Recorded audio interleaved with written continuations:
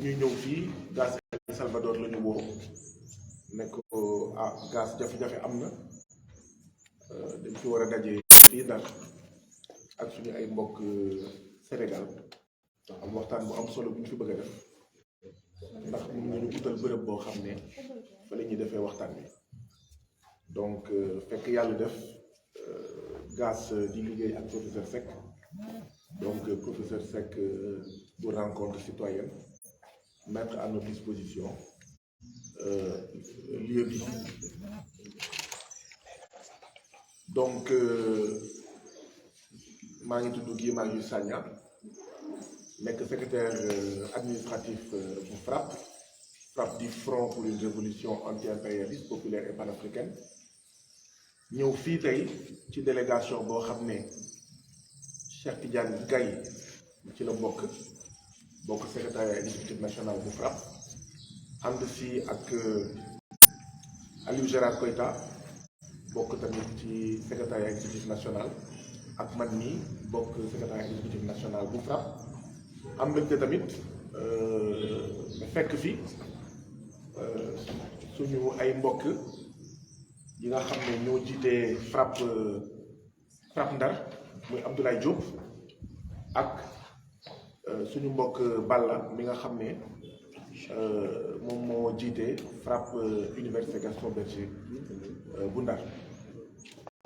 donc di nuyu ñëpp di gërëm ñëpp di gërëm journaliste yi ci seen teewaay ndaxte dégg nañ ne tey programme yi bëri na waaye incha allah waxtaan bi du gudd balaa ñoo sori nuyu sant jaajëfal ñi nga xam ne ñoo waral ndaje bi ndaxte ñi ma wax ñëpp am nañ solo ñi mu fi tudd ñëpp bi ma commencé wax ak léegi am nañ solo waaye am na ñoo xam ne ñoo leen ëpp solo ndaxte ginnaaw yàlla ñoom ñoo waral ndaje bii fii tey muy liggéeykatu compagnie sucrière du Sénégal muy CSS bu nekk Dagana ñeneen ñi ngeen gis ñëpp sama ginnaaw ay liggéeykatu CSS la ginnaaw yàlla ñoom ñoo tax ñu ñëw fii Ndar ñoom ñu jógee Richard Toll ñëw fii Ndar ñun ñu jógee tey 4 heures du matin Dakar ñëw fii Ndar daje fii Ndar pour waxtaan ak waa Saint-Louis waxtaan ak waa Sénégal ñoom dinañ jël kàddu gi bu ci kanamee seen porte parole mooy Djibril Thiam mi toog fii dina jël kàddu gi wax li nga xam ne moom moo leen dal ñoom liggéeykatu CSS wax li nga xam ne moom moo tax ñu wooñu ñun waa FRAPP ñu daje fii ci Ndar ñun nag waa FRAPP li ñu ciy wax du bëri compagnie sucrière sénégalaise li mu nekkee Sénégal du dëgg du yoon CSS bu nekk ci Ndar nekk précisément département bu Dagana ca Richard Toll li mu nekkee fii ci Sénégal du dëgg du yoon il faut que sénégalais yi xam ne suukar bii ñuy lekk di ko jëfandikoo muy suukaru CSS nañu xam ne suukar boobu liggéeykat yi koy defar tàmbalee ko ci ñam bi suukar bi roose ko daggati ko ba ñu koy togg mu jot mu nekk suukar liggéeykat yooyu compagnie sucrière sénégalaise mu ngi leen di noot liggéeykat yi dañoo bokk ci juróom fukk ak ñaari liggéeykat yoo xam ne le 19 octobre la leen compagnie sucrière sénégalaise dàq boo xam ne teguwul ci yoon jaay leen doole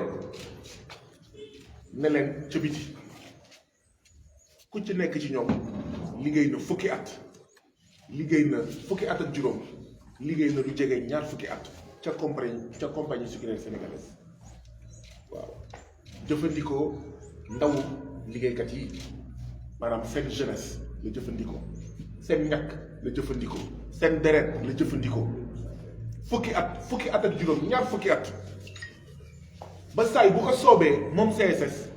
mu ne leen ca biti mu ne leen dàq naa leen ca xaj te lii ñu teg 52 travailleurs CSS yi mu licencié arbitrairement 19 octobre 2022 dugguleeg yàgg na am moo tax ñuy interpeller le président Macky Sall ñuy interpeller le gouvernement du président Macky Sall ñuy interpeller le ministre du travail ne président boo créé wul emploi na nga sàmm emploi yi am boo mënul créer emploi yokk limu ndaw yi nga xam ne ñooy liggéey waay liggéey yi xas ba am na nga fexe ba sàmm leen boo mënul créer emploi na nga fexe ba patron yi di respecter àq ak yelleefu liggéeykat ñun waa FRAPP d'accord ñu ngir ñuy jëfandikoo liggéeykat mais ni orange boo xam ne boo ko ŋaccee ba ndox bi jeex mun nga ko sànni ca xaj d'accord ñu patron Sénégal yi ñuy jëfandikoo liggéeykatu Sénégal mel ni semmiñ boo xam ne boo ko jëfandikoo ba pare après mun nga ko sànni ci biir suuf mu xomaat muy yàqu sa yoon newu ci liggéeykat Sénégal torox na liggéeykat Sénégal tumuranke na liggéeykat Sénégal sonn na damm na tàyyi na et pourtant liggéeykat yi seen droit lañ doon ñaxtu le 3 octobre waaw weeru septembre passé ñu gis ci seen bulletin de salaire yi fa daan tàmm di nekkatu fa ku doon fayee ko 85000 nga ñëw xëy fekk ci sa bulletin de salaire fukki junni wala fukki junni ak benn 55000 ak ñoom seen mais am nga sañ-sañ laaj sa patron mais lii lu ko waral loolu rek moo tax ñu dàq le 3 octobre ñu ne ñoom liggéeykat yi nga xam ne dañoo gis ne seen bulletin fin septembre niroowul ak seen bulletin fin août niroowul ak seen bulletin fin juillet niroowul ak seen bulletin fin juin le 19 octobre ñu dàq leen mel ni xaj te loolu dëgg du yoon ministre du travail warul seetaan loolu gouvernement président Macky Sall warul seetaan loolu inspection du travail warul seetaan loolu te ñaaw na li CSS def 52 liggéeykat yi mu am ci réew moo xam ne nee nañ 1944 ay tirailleurs yi doon laaj seen droit tubaab bi dem geeral France dem libérer France ñu ñibbi si Afrique nekk caaroy di laaj France seen ndàmpaay ñu tiire leen rey leen boom leen ñii de kenn tiiriwu leen waaye mel na ni li France tubaab bi defoon tirailleurs sénégalais yooyu doon laaj seen droit mel na ni CSS loolu la def liggéeykat yii waaye li ci gën a ñaaw mooy sous la complicité du gouvernement mi nga xam ne nee na pat nee na tekk inspection du travail deful liggéeyam ministre du travail deful liggéeyam waaw ñun kañ moo mais kan moo ñuy wallu président Macky Sall moo ñu war a wallu gouvernement du Sénégal moo ñu war a wallu ministre du travail moo war a wallu képp kuy liggéeykat ñooñu buñ ñu walluwul kan moo ñuy wallu lii moo tax ñun ñu bàyyeekoo Dakar tey 4 heures du matin ñëw fii Ndar lii moo tax 52 travailleurs CSS yi bàyyeekoo tey 4 heures du matin ni sartol ñëw fii tey Ndar ñun ñëpp ñu day fii ngir ñaawlu li nga xam ne moom moo am CSS ba pare li ci gën a métti mooy liggéeykat yoo xam ne dañoo am contrat à durée indéterminée waa xanaa liggéeykat boo xam ne jàpp nga ne moom dafa tooñ te ñun waa FRAPP suñu baat ca kaw tooñuñu ndaxte am nañ sañ-sañ ne lan moo tax tey weer bii suñu payoor gën a néew weer bële passé am nañ sañ-sañ boobu waaye yow patron boo jàppee ne liggéeykat boobu dafa tooñ mais xanaa balaa nga kaa dàq nga jox ko demande d'explication ñii jotuñu demande d'explication te lii ñuy wax nii ñun ñëpp dañ ko war a naqarlu ñun journaliste dañ ko war a naqarlu ñun caméraman dañ ko war a naqarlu ndaxte lii buñ ko seetaanee mooy tamit mais patron de presse yi mën nañu dàq te duñu jox demande d'explication mooy ku nekk Sénégal mën nga def lu la neex ronga ñu baadoo la di siin cere buur juróomi at fukki at ak juróom ñaar fukki at buur xëy rek ne la dàq naa la loolu gouvernement du Sénégal waru ko seetaan ba pare fayu leen benn droit kenn ci ñoom ñaari at moo ko dese mu dem retraite dàq nañ ko nii waaye xam ngeen lan moo ci gën a métti ñenn ci nit ñu dàq ndax li xew le 3 octobre ñenn ñi 3 octobre ñu ngi nekkoon ci ay dëj ñenn ñi 3 octobre ñu ngi nekkoon ci ay congé nekkuñu woon sax biir CSS ma bamtuwaat ko liggéeykat am na sañ-sañ le 3 octobre ne man dama bëgg a xam lan moo tax sama payoor wàññeeku loolu aayul loolu du crime loolu du délit liggéeykat am na sañ-sañ boobu loolu warul tax ñu dàq liggéeykat waaye yow sax bu fekkee ci loolu ngay sukkandiku pour dàq liggéeykat mais noo ciy boolee ñoo xam ne ñu ngi nekkoon ci seen i dëj wala seen i congé xaw ma ndax yaa ngi dégg xaw ma ndax yaa ngi di dégg wax ci lii ñaaw na ba fu ñaaw mën a yem lii moo xew CSS lii moo am CSS depuis des décennies CSS mel ni c'est un état dans l'état CSS dafa mel ni benn état la ci biir état du Sénégal moom mu am codam moom code du travail du ko faale da koy piétiner moom CSS dafa am code du travail am lu ko neex mu def foofu lii la ñu jàpp ne du dëgg du yoon waaye tamit waxalaale ñi nga xam ne ñu nga fa ba léegi ndaxte CSS da ngay liggéey ba weer bi dee nga am bulletin nul déggu leen ma de CSS da ngay liggéey ba weer bi dee yow liggéeykat ñu jox la bulletin nga gis fa 0 franc CFA wala nga gis fa 150 francs CFA wala nga gis fa 500 francs CFA ñu ngi interpeller le gouvernement du Sénégal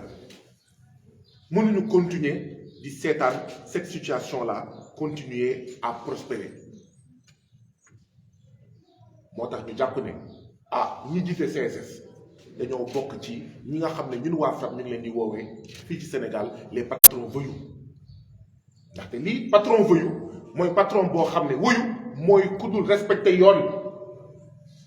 donc patron bu dul respecter code du travail patron voyou nga donc CSS patron voyou la waaye bu ñu ngaññee CSS dinañ ngaññ gouvernement du Sénégal ndaxte moo war a fexe ba ñu respecter li nga xam ne mooy constitution Sénégal mooy li nga xam ne mooy code du travail waaye bu ma ngaññee itam gouvernement du Sénégal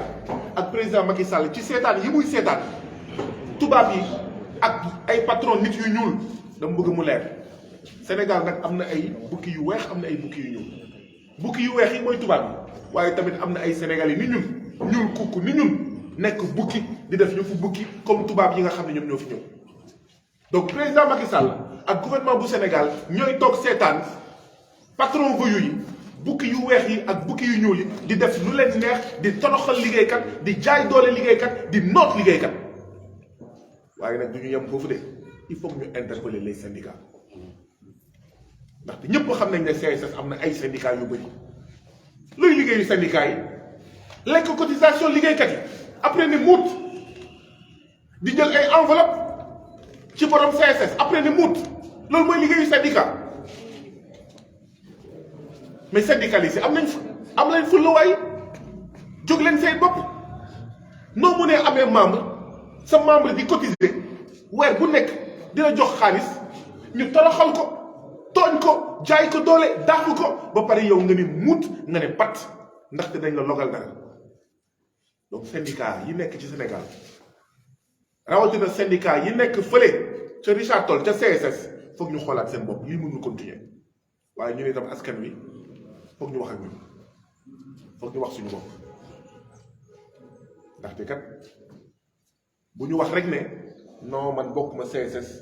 liggéeyuma CSS sama mbokk liggéeyul CSS donc sama yoon newu ci waaw xëy na sax liggéeykat yi bu ñu amee chance ñu tegal leen si ndeysaan mu yem foofu déedéet bu ñu seetaanee lii xew CSS bu ñu continuer di am CSS dinañu fekk si ñun ba suñu entreprise dinañu fekk si ñun ba suñu organe de presse dinañu fekk si ñun ba suñu xawma bërëbu liggéeykaay ndaxte li ñu leen def ñoom beneen patron bu nekk ci beneen bërëbu liggéeykaay mën na si sukkandiku pour def la même chose donc ñun citoyens sénégalais foog ñu gën a jàppalante foog ñu def solidarité suñu biir foog ñu def solidarité suñu biir ndaxte daay bi nga xam ne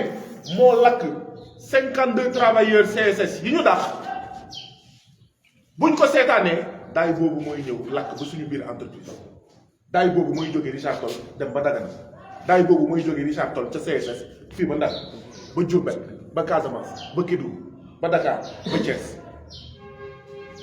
donc nous avons intérêt à fay daay bi nga xam ne moo lakk juróom fukki liggéeykat ak ñaar yi CSS dàq bu teguwul ci dara dàq bu tegu ci jaay doole ak lu ma neex def CSS état la faalewul état faalewul justice du Sénégal faalewul gouverneur bu Ndar faalewul préfet bu Dagana faalewul inspection du travail faalewul xawma ministre du travail faalewul président Macky Sall lii moo taxoon ñu ñëw fii tey wax ne lii du dëgg du yoon ñun nag waa FRAPP dañ koy wax tey dinañ ànd ak liggéeykat yi ba keroog waaw seen àq ak yelleef ñu respecté ko ba keroog seen droit ñu fay leen ko ba mu mën sëkk ndaxte dañoo jàpp ne jàppale leen mooy dëgëral démocratie bu Sénégal jàppale leen mooy dëgëral àq ak yelleefu liggéeykatu Sénégal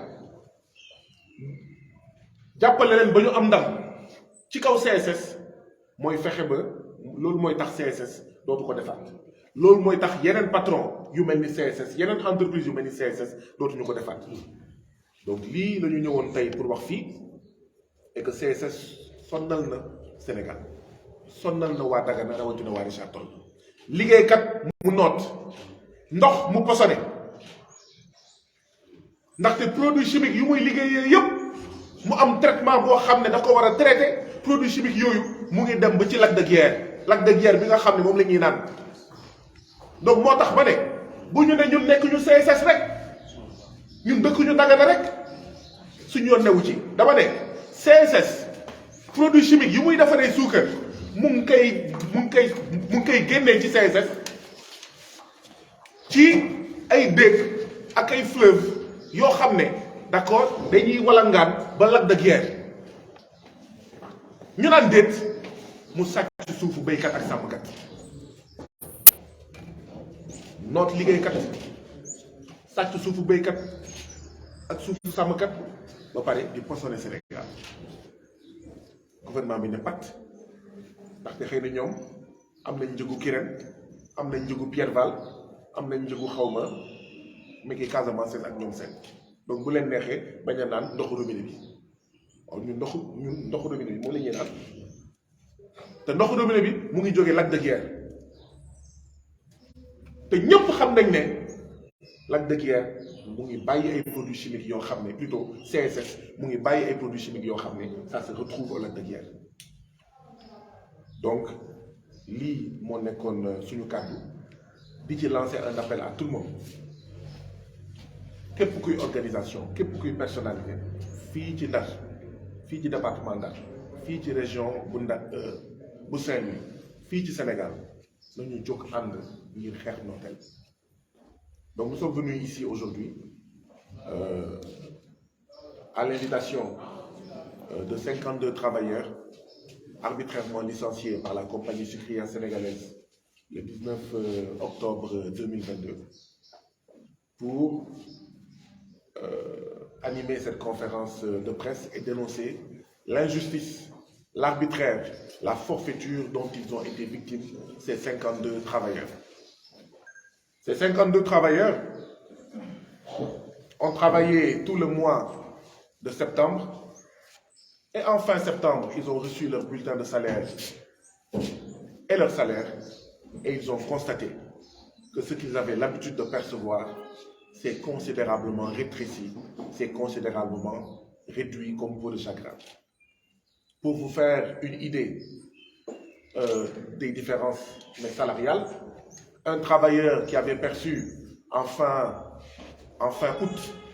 85 000 francs s'est retrouvé en fin septembre avec 55 000 francs CFA.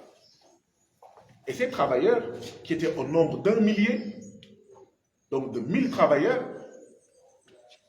sont allés voir le directeur des ressources humaines, donc le DRH, le 3 octobre, pour avoir des explications sur cette baisse drastique de leur salaire. Le directeur est venu les trouver, a discuté avec eux pour s'enquérir de la situation, et après, il a pris l'engagement que cela sera réglé. Grande a été la surprise de ces 1000 travailleurs quand le 19 octobre, c'est-à-dire donc 2 semaines après, ils ont appris le licenciement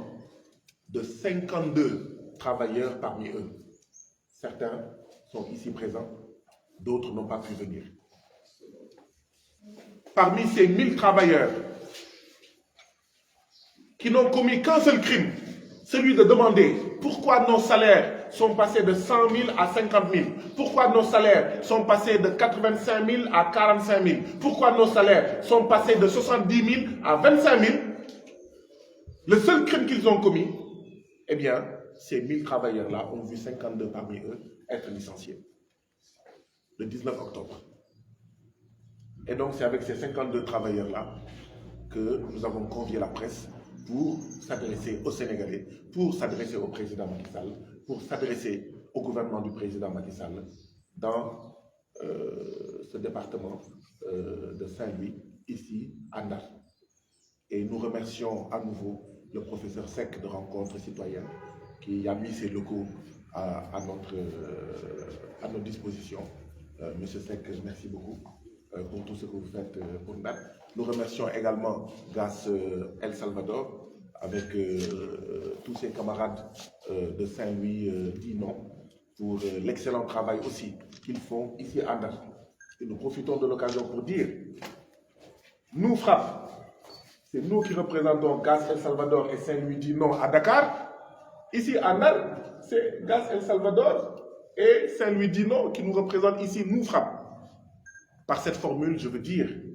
qu'entre nous, organisations citoyennes, ce que nous mettons en avant, nous FRAPP, c'est solidarité et complémentarité. Là où nous ne sommes pas, ou là où nous ne sommes pas suffisamment forts, ce sont les autres organisations qui nous représentent. Là où nous sommes et les autres organisations sont absentes, c'est nous qui les y représentons. Donc voilà pourquoi nous sommes venus ici. Comme Saint-Louis dit non de GAS El Salvador, de dire nous FRAPP, nous disons non face à l'injustice subie par ces 52 travailleurs arbitrairement licenciés. Mais pire, aucun d'eux n'a reçu de demande d'explication. Aucun. Pire, certains parmi les licenciés étaient en congé, donc n'étaient pas présents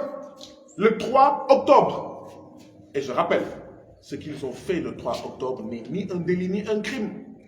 Parce que quand un travailleur voit son salaire passer de 85 000 à 55 000 d'un mois à l'autre, il a le droit d'interpeller la direction.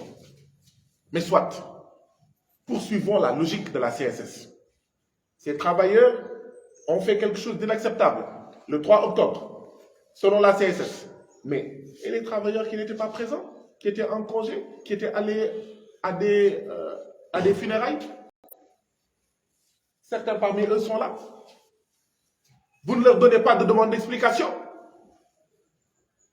Pire, certains qui n'étaient pas présents dans l'entreprise le 3, vous les licenciez. Et la CSS reconnaît même que certains parmi eux étaient en congé, que certains parmi eux étaient partis pour des décès. Qu'est-ce à dire? Certains étaient en repos médical, en congé maladie. Qu'est-ce à dire?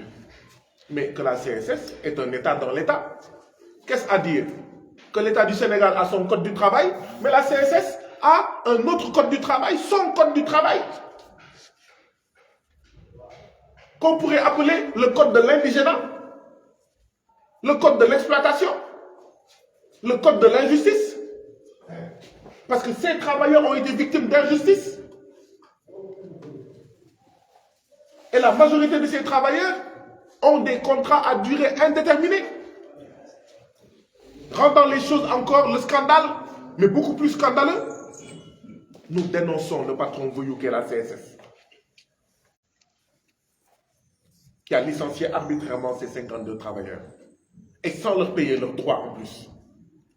et en leur disant, allez où vous voulez, vous n'aurez pas gain de cause. C'est-à-dire en défiant le président Macky Sall. La CSS défie le gouvernement du président Macky Sall. La CSS défie la justice sénégalaise. La CSS défie le gouverneur de Saint-Louis. La CSS défie le préfet de Dagana. La CSS défie le ministre du Travail. La CSS défie l'inspection du travail. La CSS pense qu'on est encore à l'époque coloniale, avec son casque colonial, et pense se trouver en territoire conquis. Et d'ailleurs, il y a un parallèle à faire entre ce dont ont été victimes ces 52 travailleurs et les tirailleurs sénégalais assassinés à Tcharoy 44. Tout simplement pour avoir exigé leur argent de la France. Et aujourd'hui, ce n'est pas la France qui tire sur les travailleurs noirs, d'accord? C'est la CSS qui tire sur les travailleurs sénégalais dans un pays dit indépendant et les autorités se taisent dans un silence complice. Voilà ce que nous sommes venus dénoncer. Et ça, c'est monnaie courante à la CSS. Donc je disais, la CSS opprime les travailleurs. La CSS empoisonne le lac de Guiers. Mais la CSS aussi participe à la spoliation foncière à Mbane et ailleurs dans le département de Dagana. Mais la CSS est un problème. Mais en réalité, le problème, ce sont nos autorités qui permettent cela, qui acceptent cela. Que les entreprises se comportent comme un territoire, mais conquis. Nous dénonçons aussi l'attitude des syndicats de la CSS,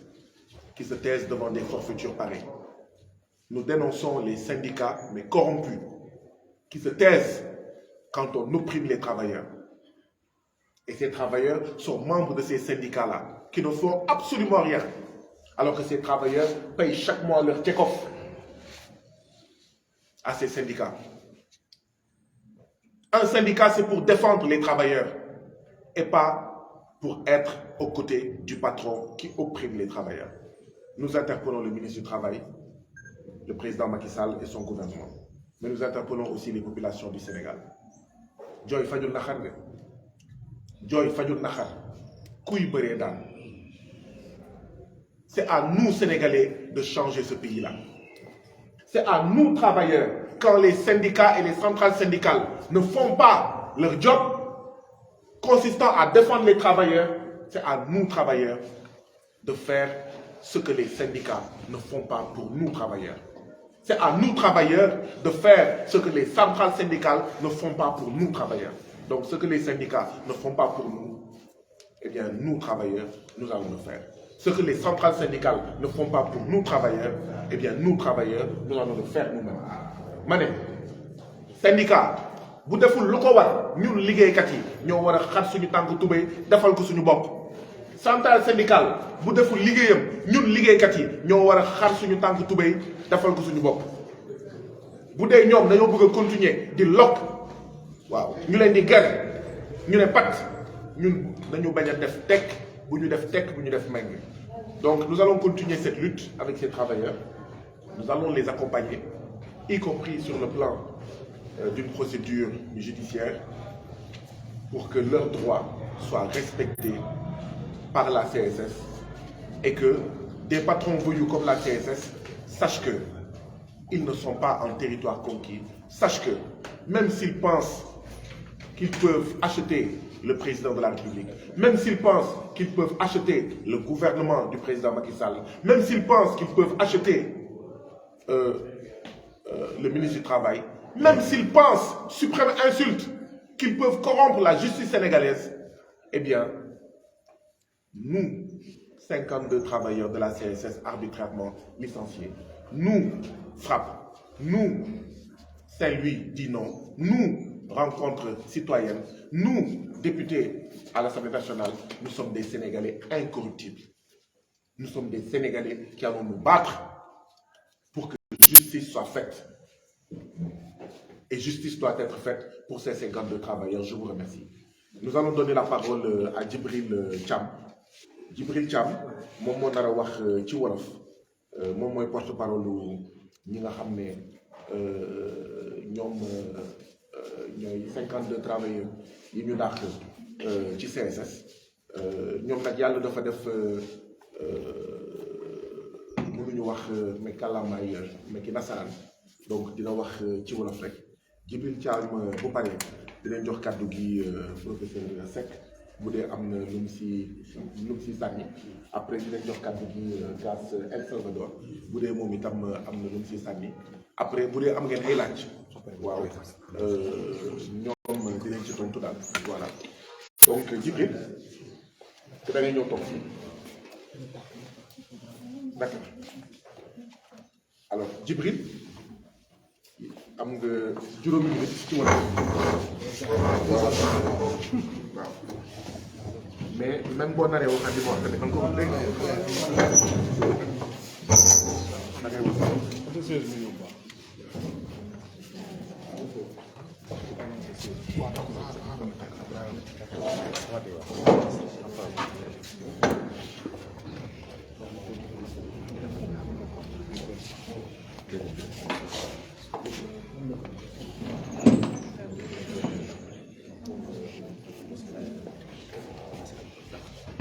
salaamaaleykum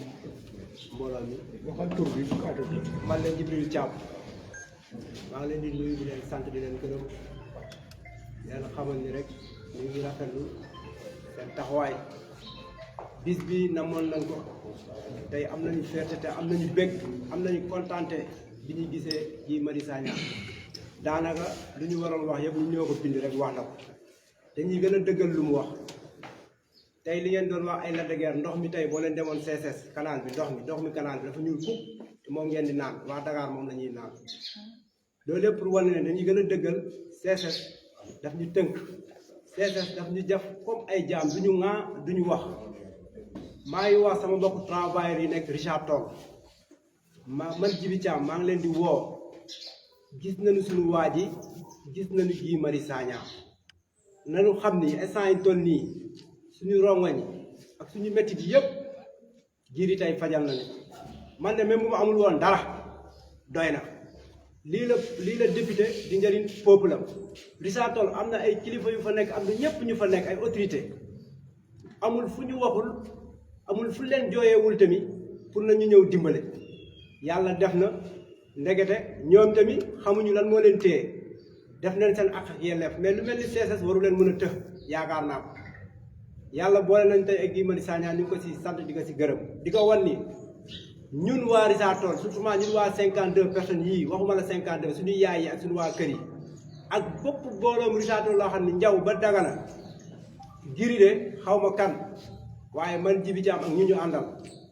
benn autorité dootul duggati foofu noonu si kàttanu yàlla bu fa duggee duñ ko gis parce que su fekkee autorité yaa ngi dugg foofu noonu ñun buñ leen waxee suñu naqar duñ ñu ko fajal bu ñu amee ku ñuy fajal suñuy naqar kay du ñu ko wax loolu nii si journaliste yi nii parce que lii ñu ngi ko bëggoon am depuis boobu ba léegi mënuñu fexe ba am ko kon dañ ko si sant di ko si gërëm sante wuñ ko si pour dara parce que dañ ñu tooñ ba si kanamu yàlla waaw tooñ bi dara waralu ko lu dul 3 octobre 3 octobre boobu noonu le 7 mois de septembre dañ ñu fay biñ ñu fayee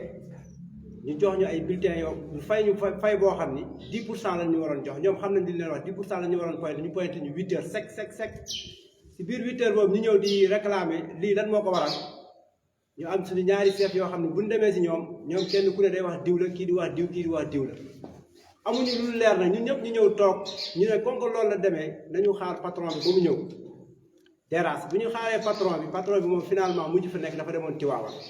beneen patron bi moo mujj ñëw si bu mu ñëwee nag mu ne léegi amul benn problème kon nii la cas bi demee amul benn problème dem leen ngeen ñibbi ba suba ba leen ñibbee ba suba ñun bu patron bi ñëwee daañu régler cas bi finalement ñu dem di xëy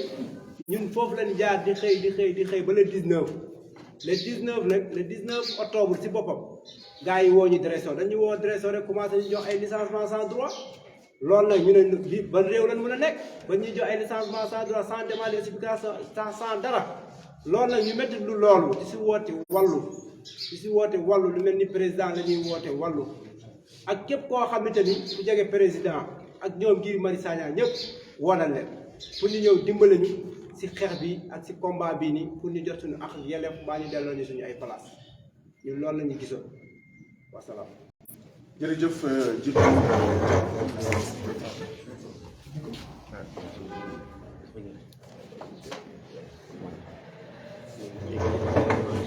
xaaral professeur Seck dafa mën a fàtte lu tuuti rek dafa am lu tuuti ma fàtte mun naa ko bañ a képp non mun naa ko waaw voilà ñaari tomb laa fàtte bi ci njëkk mooy conférence de presse bii bu dee doyul conférence de presse bii ñuy organiser fii ci Ndar bu dee doyul ngir état du Sénégal jóg ci kawu 52 liggéeykat yi ngir état du Sénégal jóg ci jaay doole ak maa tey bi CSS nekkee fële ci Richard Toll bu doyulee fan yii di ñëw liggéeykat yi buñ ci àndee dinañ dem organiser benn marche foofu ci Richard Toll loolu tamit dañ koy wax ba mu leer nañ yéen journalistes yi ngeen xam ko opinion publique nationale ak internationale ñu xam ko autorités yi tamit xam ko tey Ndar la ñu ñëw wax lu ñu wax di am yaakaar ne ñii war a saafara jafe-jafe bi dinañ ko saafara ndaxte peut-être lu ñuy wax naan mieux vaut un mauvais arrangement qu'un bon procès man bu ma sañoon du ñu dem ci yoon ndaxte lii du problème boo xam ne mënuñu ko régler koo xam ne da nga ko dàq fekk mu ngi nekkoon dëj lii wax dëgg yàlla neex naa régler koo xam ne da nga ko dàq ci loo xam ne moo ko def ci entreprise bi te boobu mu ngi nekkoon congé maladie wala mu ngi nekkoon congé wax dëgg yàlla neex naa régler ak yeneen donc mieux vaut un mauvais arrangement qu'un bon procès buñ ko réglé wul nag ñun dinañ dem marche ak liggéeykat yi ak seen famille ba ci Richard Toll bu boobaa muy benn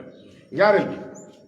foofu laay daanelee lan moo tax lii dal 52 travailleurs yi gën a nekk gàcce mooy mu ngi am ci gox boo xam ne foofu la dëkku président assemblée nationale muy député du peuple mais lii ñaaw na Richard Toll président assemblée nationale maanaam ki nga xam ne Macky Sall bu dee woon yàlla na yéex moom moo koy remplacer fii ak ñuy organiser élection moom président assemblée nationale maanaam président mboolem député askanu Sénégal bërëbam la ñaawteef bii am kon moom ban xeetu député la parce que déjà balaa moo nekk président assemblée nationale député la ban xeetu député la moom xanaa député CSS la wala député askan wi la ñu naan déet mu nekk député nekk président assemblée nationale mu gën a ci garaaw muy dëgëral li ma doon wax sànq ne CSS faalewul président de la république et donc faalewul président assemblée nationale bi nga xam ne waa gox bi la ñu naan déet président assemblée nationale mooy maire Richard Toll fa CSS nekk. Voilà ce qui est le plus scandaleux dans ce scandale. Je vous remercie. Professeur Seck. En français. Ah. Waxuma ko ci français. Oui. Et, nous tenons à préciser aux autorités qui peuvent et doivent régler ce problème de ces 52 travailleurs de la CSS arbitrairement licenciés par la CSS. Que si elle ne trouve pas une solution avec la CSS à ce problème, parce que ce problème-là peut être réglé facilement. Parce que parmi ceux qui ont été licenciés, certains étaient en congé maladie, certains étaient allés dans des funérailles, d'autres étaient en congé, donc étaient absents de la CSS le 3 octobre. ces cas-là doivent pouvoir être réglés facilement. Mais je dis, même le cas des autres qui ont été licenciés parce que tout simplement, ils veulent savoir pourquoi leur salaire est passé de 70 000 à 25 000, mais même ces cas-là doivent pouvoir trouver solution. Parce que ces licenciements sont injustes, arbitraires, illégaux et illégitimes. Si des solutions ne sont pas trouvées par la CSS et par les autorités de ce pays, chargées de faire respecter les lois et règlements de ce pays par tout le monde, eh bien, après cette conférence de presse-là, dans les jours et semaines à venir, nous allons organiser une grande marche à Richard-Toll avec les travailleurs, leurs familles et leurs voisins. Ce que les syndicats et les centrales syndicales ne veulent pas faire pour eux, eh bien, ces travailleurs-là, avec nous, nous allons le faire pour nous-mêmes. Deuxième point, enfin, ce qui est le plus scandaleux dans ces 52 licenciements effectués arbitrairement en toute illégalité par la CSS, c'est que ce licenciement est effectué par la CSS dans une localité, Richard-Toll, dans un département d'Agana, qui est la localité, le département du président de l'Assemblée nationale. Ce qui atteste encore que la CSS ne respecte ni le président de la République Macky Sall, mais elle ne respecte évidemment pas le président de l'Assemblée nationale. Et il faut se poser la question de ce député, qui est le président de l'Assemblée nationale. Mais ce député-là, il est le député de qui? Il est le député de qui? Le député de la CSS ou le député des populations de Dagana, victime de licenciements arbitraires? Et ce qu'il y a de plus scandaleux dans ce scandale-là, c'est que ce député-là, qui est président de l'Assemblée nationale, qui dans sa circonscription voit licencier arbitrairement 52 travailleurs, ce député-là, président de l'Assemblée nationale, est aussi le maire de Richard-Toll, où se trouve la CSS. Et donc c'est extrêmement grave. Je vous remercie. Nous allons donner la parole au professeur Seck, puis à Gas El Salvador. Professeur Seck, je le rappelle, a mis gracieusement à notre disposition ce local qui abrite notre conférence de presse. Merci, professeur Seck, pour tout ce que vous faites ici à Dakar pour la communauté et aussi pour, dans le cadre de votre association Rencontre citoyenne. Professeur Seck, bismillah. Les portables silencieux vibreurs. Assalamu alaikum. maa ngi leen di gërëm di leen sant te di gërëm di sant honorable Guy Marius Sagna fii ci Ndar fii ci Nord ci bés boo xam ni malheureusement bésu naqar la ndaxte juróom fukki nit ak ñaar yuy liggéey fii ci Richard-Toll ñu dàq leen ci seen liggéey ci loo xam ni jaarul yoon ñu dàq leen ci seen liggéey ndax jaay doole ñu dàq leen ci seen liggéey ndax mbon ndax foqale ndax gëmadi yàlla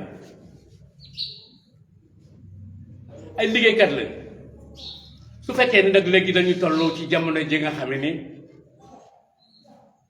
liggéeykat yi ci seen bopp amatuñu ay droit xamatuñu seen ay droit suñu liggéeyee duñu leen fay amatuñu benn yërmande si ñoom waa loolu suy dal liggéeykat yi masamaam xale yi nga xam ni ci wuti mu liggéey lañu toll wala fi ne nañu lii di raam fa mu jëm amul ndox ñun waa Ndar ñu ngi wax CSS soo yaboo nga yeewu soo yaboo nga xoolaat sa bopp soo yaboo ñii toog sama gannaaw yéen jëlaat leen ci ni mu gën a gaawee sans condition avec tous leurs droits nag tous leurs droits ay liggéeykat lañu ay nitu fulla lañu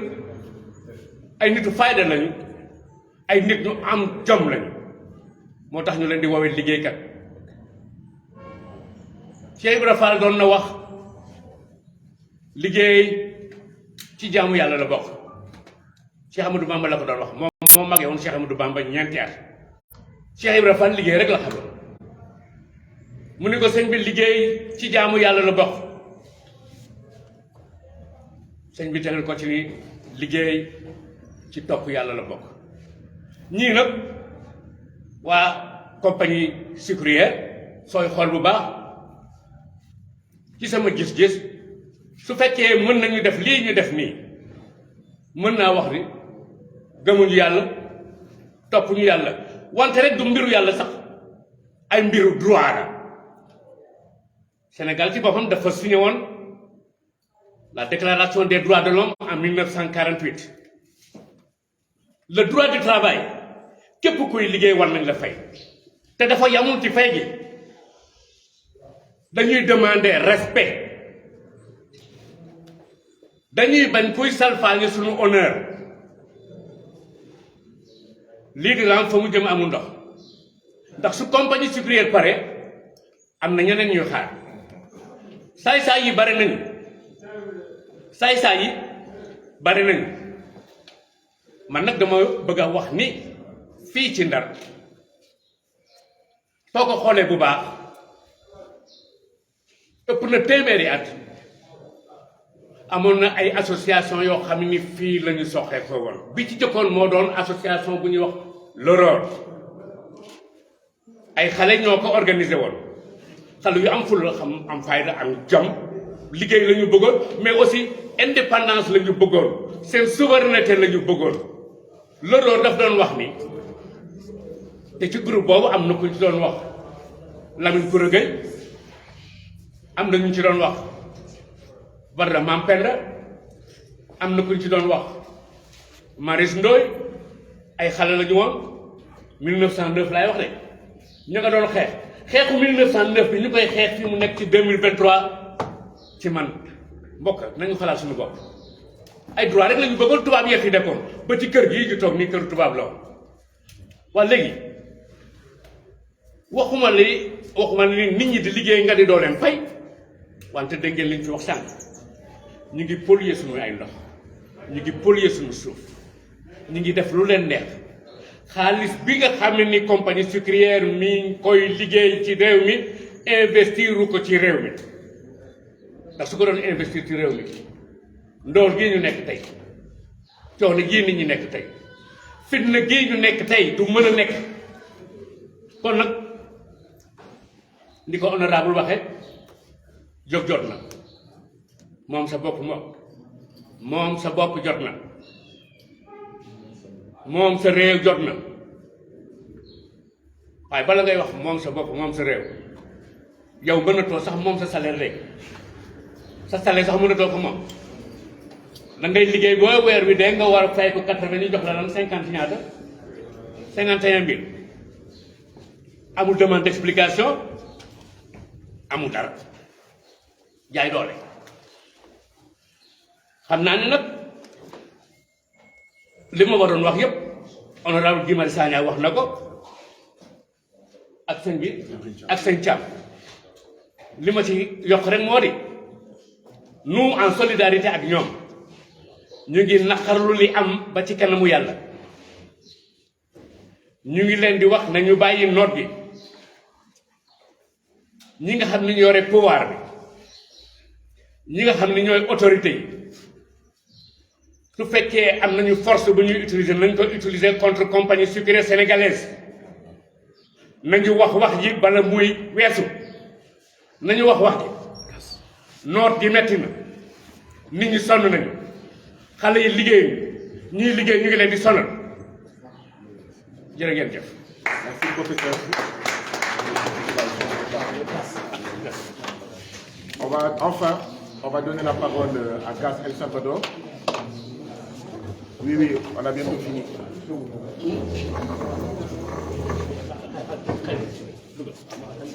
Alors, bu ñu paree fii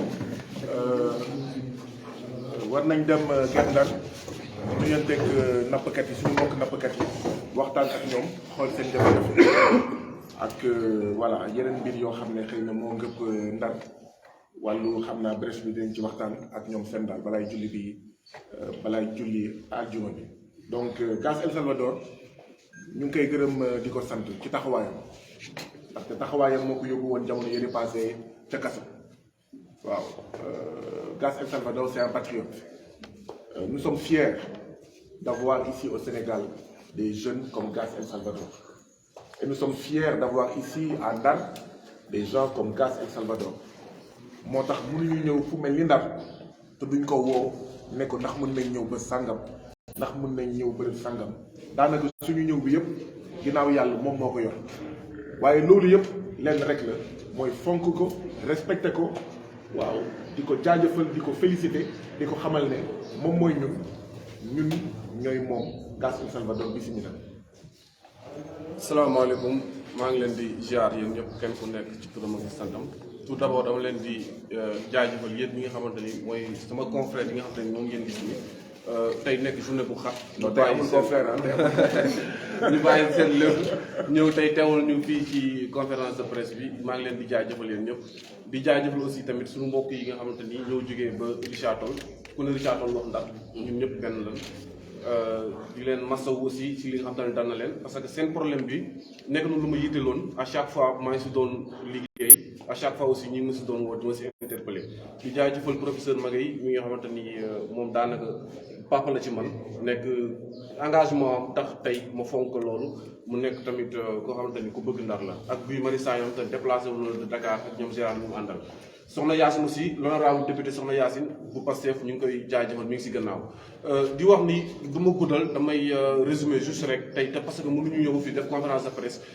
te duñu wax problème yi nga xam te ni Saint-Louisiens yi ñu ngi koy rencontré surtout ñi nga xam te ni mooy suñu mbokk mool yi mais aussi tamit suñu mbokk yi nga xamante ni ñoom ñoo nekk Pikine te assainissement boobu léegi sonal leen ak ñi nga xamante ni aussi tamit muy suñu mbokk yi liggéey ci marché bi te Auchan bi ñëw yàq li nga xamante ni mooy seen liggéey ba cantine yu bëri tëj foofu noonu ba ci ay grandes surfaces yi nga xamante ni actuellement tëj nañ ndax Auchan bi bu njëkk bi muy li nga xamante ni mooy problème mool yi bu ñuy wax problème mool yi dañuy wax brèche bi daanaka moo tee nelaw mool yu bëri tey mool yu bëri actuellement ni may waxee ak yéen génn nañ fi nga xamante ne mooy Ndar dem ay côté Kayar ki Kafountine pour mën a daw li nga xamante ne mooy brèche bi ñu si bëri aussi dem nañ émigré ji ñu si bëri bàyyi nañ toog nekk ci leneen parce que tamit liggéey bi nga xamante ne yaa ngi koy liggéey di risquer sa bakkan à chaque fois boo demee wóoroo ni di nga yegg booy ñëwaat wóoroo ni di nga yegg say njaboot mu nekk lu metti depuis boobu léegi mu rey plus de 400 et quelques personnes gouvernement bu Sénégal jëloon temps yi passé benn bateau chinois je crois ay hollandais la ñëwoon ñu ne dañuy drécher fi nga xamante ni mooy bël bi mais mu nekk loo xamante ni saboté la ñëw nañ gis ni ban ko defee si suba ga naufrage amaat na te boo demee Gendar xale bu la gën a ndaw boo ko nee naka mooy lan mooy solution brèche bi mu wax la ko te boobu léegi Sénégal mënul trouver li nga xamante ni mooy solution si brèche bi loolu tamit nekk loo xamante ni danañ ko métti lu beneen bi mooy mool yi dañuy jànkonte jamono ji guddi gi nga xamante ni ba seddugul muy lan muy plateforme BP bi nga xamante ni indi nañ ko samp ko fii ci Saint-Louis fi ñu ko samp mu nekk Jatara dafa nekk benn xeer bi nga xamante ni jën yi dañ fay reposer wu pour mën di jur tey Jatara boobu noonu boo taxawee fii si Gendar presque 10 kilomètres la lay dikkee plateforme bi BP bi nga xamante ni ñoom ñooy exploiter suñu gaz bi bi ñu ñëwee Saint-Louis dañu xool ni plateforme bi fu ñu ko mën a teg mooy fi nga xamante ni am na xeer pour bu ko defee plateforme du mën a suuf parce que suuf géej dafa nooy ñu ñëw ba ci fi nga xamante ni mooy Jatara tekk fa mais Jatara li si garaaw mooy bëri na si ay mool yi nga xamante ni seen dépense bés ñu ngi ko doon dem di jëli ji foofu dañuy yeewu suba 5 heures du matin départ fii ci Gendar goxumbaat sanc ba dem Jatara bu ñu demee Jatara napp ji 5 heures 6 diggante 16 heures 17 heures ñu ñibbisi bu ñu ñibbisee dinañu jaay li nga xamante ni dina tolloog 100 et quelques mille yi nga xamante ni kenn ku ci nekk boo demee naaru ji di nga ñëw indaale 25000 yoo xamante ni di ko mën a yóbbu say njaboot tey ñooñu noonu ñoom la ñuy wax pêcheurs artisanal yi ñu tolloog ci nombre boo xamante ni nombre bu bëri la tey ñooñu la plateforme Jatara bi xañ li nga xam te ne mooy seen liggéey keroog passé dama doon def ay étude man ak ay benn presse boo xam te ni Japon lu jógee ñu dem fa ci ni ñuy waxtaanee benn mool doo ko jóge ci géej gi ñu ñëw interpellé ko mu ne bi muy dem naroon na lu mat 15000 francs muy MEP bi li muy jox jën yi pour mun leen jàpp ak essence bi ak li nga xam te ne moom lay ndékkee bi mu ñibbisee mi ngi jàpp ñetti jën yi boo ko évalué mi ngi nekk 900 francs te tey ñoom loolu la ñuy dund chaque jour ñu may wax yéen ni mool bi mi ngi dem ci sedd bi ci géej gi bu ñibbisee du am 1000 francs yoo xam te ni moom lay yóbbu këram da ngay gis ay mool yoo xam te ni dañuy jógee Pikine plus de 4 kilomètres di ko dox pour mën a ñëw liggéey parce que lan 100 francs bi nga xamante ni sax ñu ngi koy duggee bis amuñu ko tey jii looloo waral immigration clandestine bi ñoom ñu si bëri daaj seen gaal yi dem Espagne loolu aussi nekk na li nga xamante ni ñu ngi interpellé gouvernement bu Sénégal comme fi nga xamante ni mooy Mauritanie jege nañu loolu Mauritanie ak Gox Mbaaj daanaka benn la di wax ni comme gaz bi ñun ak Mauritanie ñoo ko bokk nañu jéem a signé ay convention yi nga xamante ni comme Mauritanie ñoom seen géej gi sàmm nañ ko sàmm bi nga xamante ne la fa nekk si jën bëri na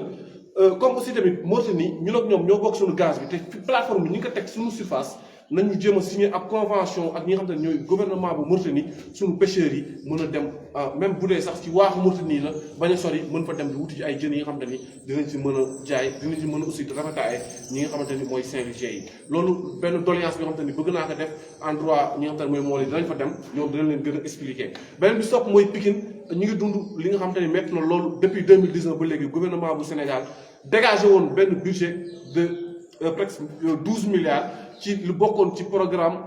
des 10 villes yi nga xamante ni pour assainir kii yooyu la Pikine bokkoon ci mais jamono ji may wax yow 2018 ba léegi assainissement yi mënuñu pare 2019 ba léegi doomu Pikine bu ci nekk kër bu ci nekk génnee nga lan la waroon nag ak yoon nga fay ci xaalis pour ñu defal assainissement depuis boobu léegi mënuñu fexe ba gis li nga xamante ni mooy assainissement xaalis ba damay wax sax ne lekk nañ ko parce que bi élection législative yi ñëwee Mansour Faye indi na fi directeur ONAS bi mu ñëw Pikine di leen nax pour ñu voté laat ko mun leen xaalis ba fee la dugg ak foofu waaye ñi ngi dem di wuti jiwaat yeneen partenaires yu ñu mën a lebal xaalis pour ñu mën leen yeggaleel li nga xam te ni mooy seen projet déjà gouvernement bi jox na la xaalis pour nga def projet yi nga lekk xaalis ba pare ñëw laajaat population bi xaalis ba pare lekkaat loolu noonu di leen demandé waat leneen loolu nekk na loo xam te ni lu ñu métti lu loolu di interpellé ki nga xam te ni mooy Macky Sall mi nga xamante ni sax dafa def lu gën a garaaw sax jël ki nga xamante ni muy Mamour Diallo ñu indiwaat ko ci biir ONAS gën a suuxalaat li nga xamante ni moom mooy ONAS bu Sénégal li may tëjee mooy Auchan bi nga xamante ni mi ngi fii ñu implanté ko fii ci presque daanaka ci avenue Général de Gaulle bi mu nekk li nga xamante ni donte Auchan bi mënul ñàkk donte gouvernement Sénégal forcé nañu ko mais bi ñu koy indi Saint-Louis mënoon nañu ko def fu xaw a sori fi nga xamante ne mooy marché bi jamono jii may wax ak yow recensé naa lu mu dee lu mat 10 ba jàpp 15 commerçants yi nga xamante ni ñenn ñi tëggan seen boutique delluwaat Touba ñenn ñi delluwaat Kaolack parce que bu jaayatul dara dem nañ ba jaayatul li ci gën a garaaw mooy amoon na benn grande surface bi nga xamante ni amoon na muy seen teranga doomu sénégalais moom ko investir si def ci ay millions ñu doon gagné lu mu néew journée bi ñu si doon gagné 2 millions yoo xam ne dina teg tey bi Auchan bi implanté woo ba léegi